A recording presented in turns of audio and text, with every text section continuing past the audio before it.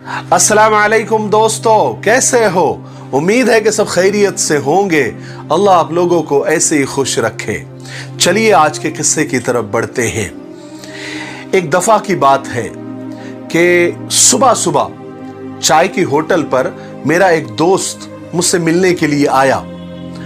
मुझे सलाम किया, मेरे करीब आकर बैठा तो मैंने देखा कि उसके आंख में आंसू थे, आंखें उसकी भीगी हुई थी और मुझे ऐसा लगा कि कुछ हुआ है।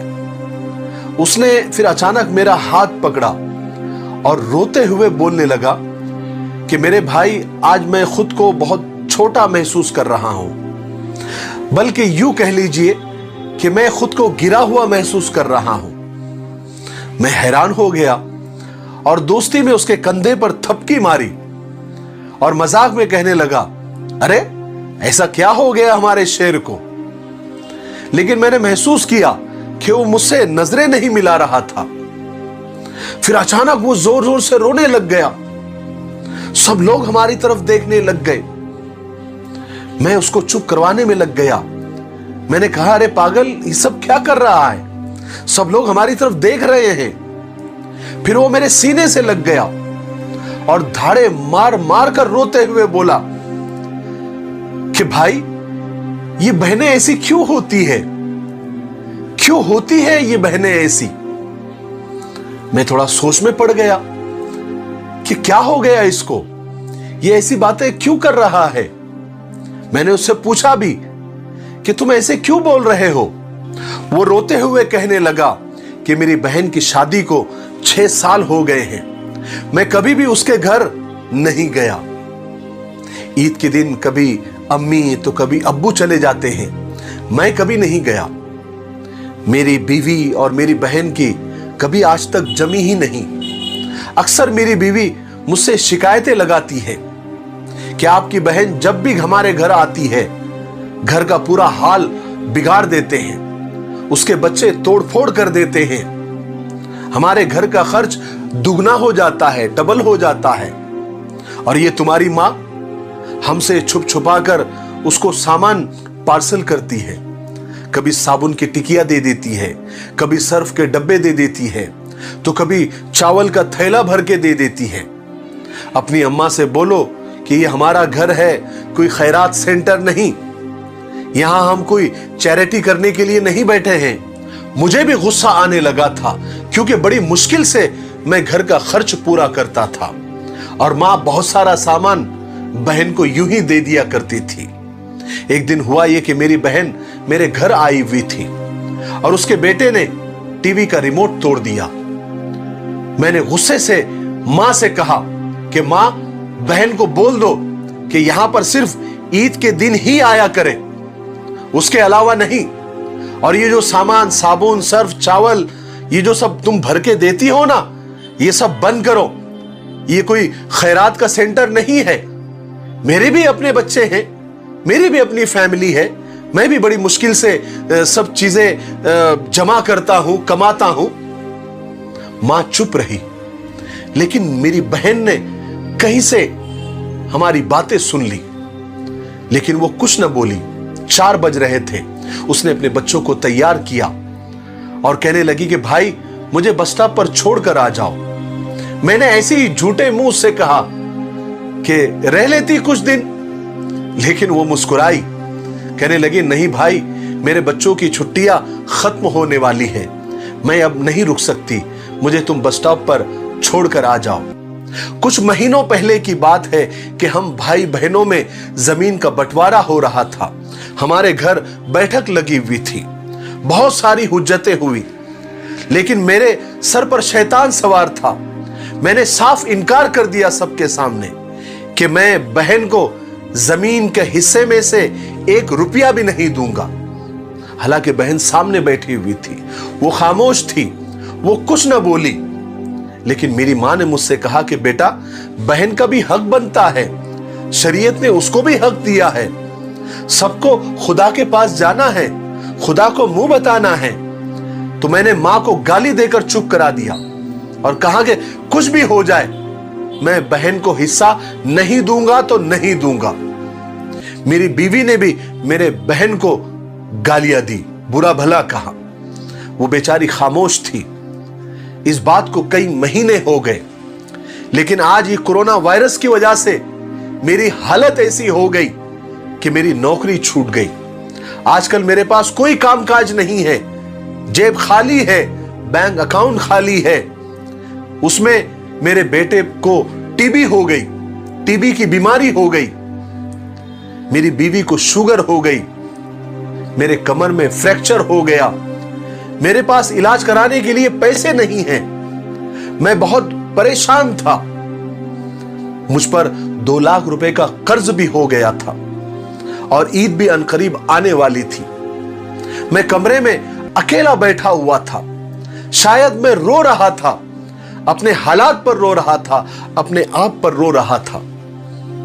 इतने में घर की बेल बजी। दरवाजा खोला गया तो वही बहन घर में दाखिल हुई। मैंने दिल में कहा, आ गई मनहूस, इसको यही वक्त मिला आने के लिए। उतने में मेरी बीवी मेरे पास आ गई और मेरे करीब आकर आहिस्ता से मुझे कहा कि देखिए जी, कोई जरूरत नहीं है तुम्हारी बहन के लिए खाना बनाने की, गोश्त या बिरयानी पकाने की। मैं कुछ करने वाली नहीं हूं, उसको जल्दी से बात करो और रवाना कर दो। मेरी बहन तकरीबन 1 घंटे के बाद, शायद फ्रेश वगैरह होने के बाद, मेरे कमरे में आई जहां मैं परेशान बैठा हुआ था, अपने हालात को, अपनी किस्मत को कोस रहा था। वो मेरे नजदीक आई और बड़े प्यार से मुझे पूछा, भाई परेशान हो? मैं मुस्कुराया नहीं तो मेरी बहन मेरे करीब आई, मेरे सर पर हाथ फेरा और मुझसे कहने लगी, मैं बड़ी बहन हूं तुम्हारी, तुम मेरे गोद में खेले हो, थोड़े से बड़े लगते हो तो क्या हुआ।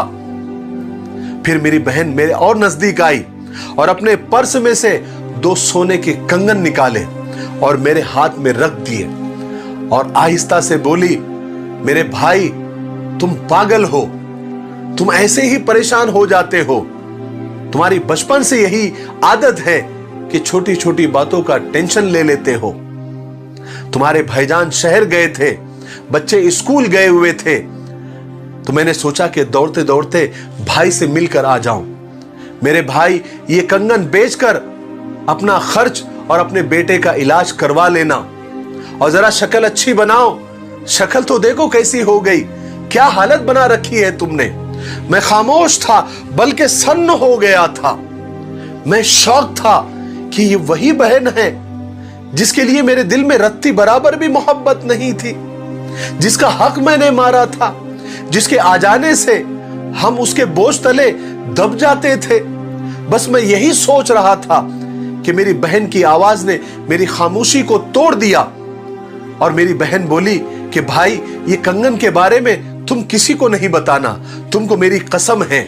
और उसने मेरे माथे पर बोसा दिया और 1000 रुपए, जो 100-100, 50-50 के नोट थे, उसकी जमा पूंजी थी, वो मेरे जेब में डालकर मुझसे कहा कि भाई, बच्चों के लिए आज गोश्त लेकर आना और घर में कुछ अच्छा बना देना, और जब तक मैं जिंदा हूं परेशान मत होना।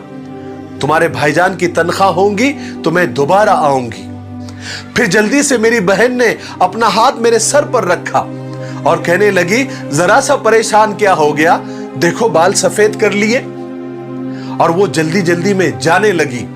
मैंने उसके पैरों की तरफ देखा तो उसने टूटी हुई जूती पहनी थी और पुराना सा दुपट्टा ओढ़ा हुआ था। वो जब भी आती थी वही दुपट्टा ओढ़कर आती थी और वो बहन अपना सब कुछ लुटाकर वो जा रही थी। मेरे भाई, मेरे बहन की मोहब्बत में मैं तो मर गया, मैं तो पानी पानी हो गया। उसकी मोहब्बत और मेरे दिल में उसके लिए नफरत से मैं जमीन में धंसा जा रहा हूं। मैं क्या करूं? भाई, हम कितने मतलब परस्त होते हैं, बहनों को पल भर में बेगाना कर देते हैं और बहनें भाइयों का जरा सा दुख बर्दाश्त नहीं कर सकती। मेरा दोस्त हाथ में सोने के कंगन लिए जोर जोर से रो रहा था। उसके साथ मेरी आंखें भी भीग गई थी, नम हो गई थी, मैं भी रोने लग गया था। हमारी बहनें अपने घर न जाने कितने दुख सह रही होती हैं। जरा सा वक्त निकालकर बहनों के पास बैठकर उनका हालचाल पूछ लिया करो। शायद उनके चेहरों पर कुछ लम्हों के लिए सही सुकून आ जाए। इंसान इंसानियत से है। दर्द दिल के लिए खुदा ने इंसान को पैदा किया है, वरना इबादत और ताअत के लिए फरिश्ते खुदा के पास कम नहीं थे। मेरे भाइयों, बहनों और दोस्तों, मेरी कुछ बातें आप याद रखें। खून के रिश्तों को वक्त देना चाहिए। क्या पता कल आपके पास वक्त हो और रिश्ते ही ना हो। रिश्ते मासूम परिंदों की तरह होते हैं। सख्ती से पकड़ोगे तो मर जाएंगे, नरमी से पकड़ोगे तो उड़ जाएंगे, लेकिन मोहब्बत से पकड़ोगे तो जिंदगी भर साथ निभाएंगे। समझौता करना सीखो, सुलह करना सीखो। थोड़ा सा झुक जाना किसी रिश्ते को तोड़ देने से लाख दर्जे बेहतर होता है। कभी किसी का साथ ये सोचकर मत छोड़ना कि उसके पास आपको देने के लिए कुछ भी नहीं है, बल्कि ये सोचकर रिश्ते निभाते रहना कि हो सकता है उसके पास आपके सिवा कुछ भी ना हो। मुझे उम्मीद है कि आज के किस्से से हमको बहुत कुछ सीखने के लिए मिला होगा। मेरे लिए, पूरी उम्मत के लिए और पूरी इंसानियत के लिए खैर और भलाई की दुआ करते रहें। अस्सलामु अलैकुम व रहमतुल्लाहि व बरकातुहू।